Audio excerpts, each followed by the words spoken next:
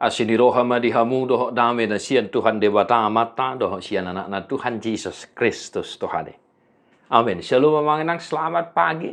Selamat beraktivitas kembali. Tetap semangat di dalam Tuhan. Jangan lupa berdoa syafaat, memuji Tuhan, dan mari manginang mendengarkan firman Tuhan. Psalmen 34 ayat 9. Dai jala idahamu dengan bahasa ni Jehovah. Mertua mabawa namar haposan tu ibana. Kecaplah dan lihatlah betapa baiknya Tuhan itu. Berbahagialah orang yang berlindung padanya. Demikian firman Tuhan. Bapak ibu saudara dengan bahasa ni Jehovah. Amanginang, mari kita renungkan sejenak. Apa-apa saja kebaikan Tuhan yang telah engkau terima sejak engkau mulai dari kandungan, dilahirkan, dan sekarang mungkin sudah dewasa, remaja, atau sudah menginjak kepala, usia kepala 30, 40, bahkan mungkin sudah bercucu. Aka hadoinang dengan bahasa ni Jehovah najinalom rasi rasa noai. Bisakah kita tuturkan satu persatu? Ini perlu kita renungkan, Bapak saudara-saudara. Supaya apa? Supaya engkau jangan terlena dalam pergumulan, permasalahan yang mungkin sedang engkau rasakan, engkau hadapi saat ini. Dai jala idahamu dengan bahasa di Jehovah. Oleh karena itu, yang pertama mari kita renungkan sejenak.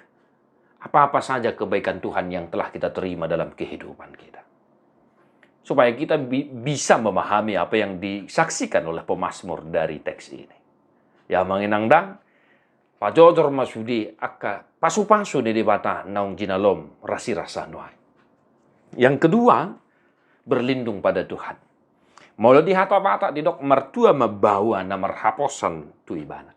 Ini bukan persoalan gender manginang. Ya, bukan persoalan gender. Dalam bahasa Indonesia dikatakan orang yang berlindung padanya. Maka satu hari ini dalam aktivitas kita, dalam pekerjaanmu, dimanapun engkau beraktivitas, apapun profesimu, kepada siapakah engkau berlindung?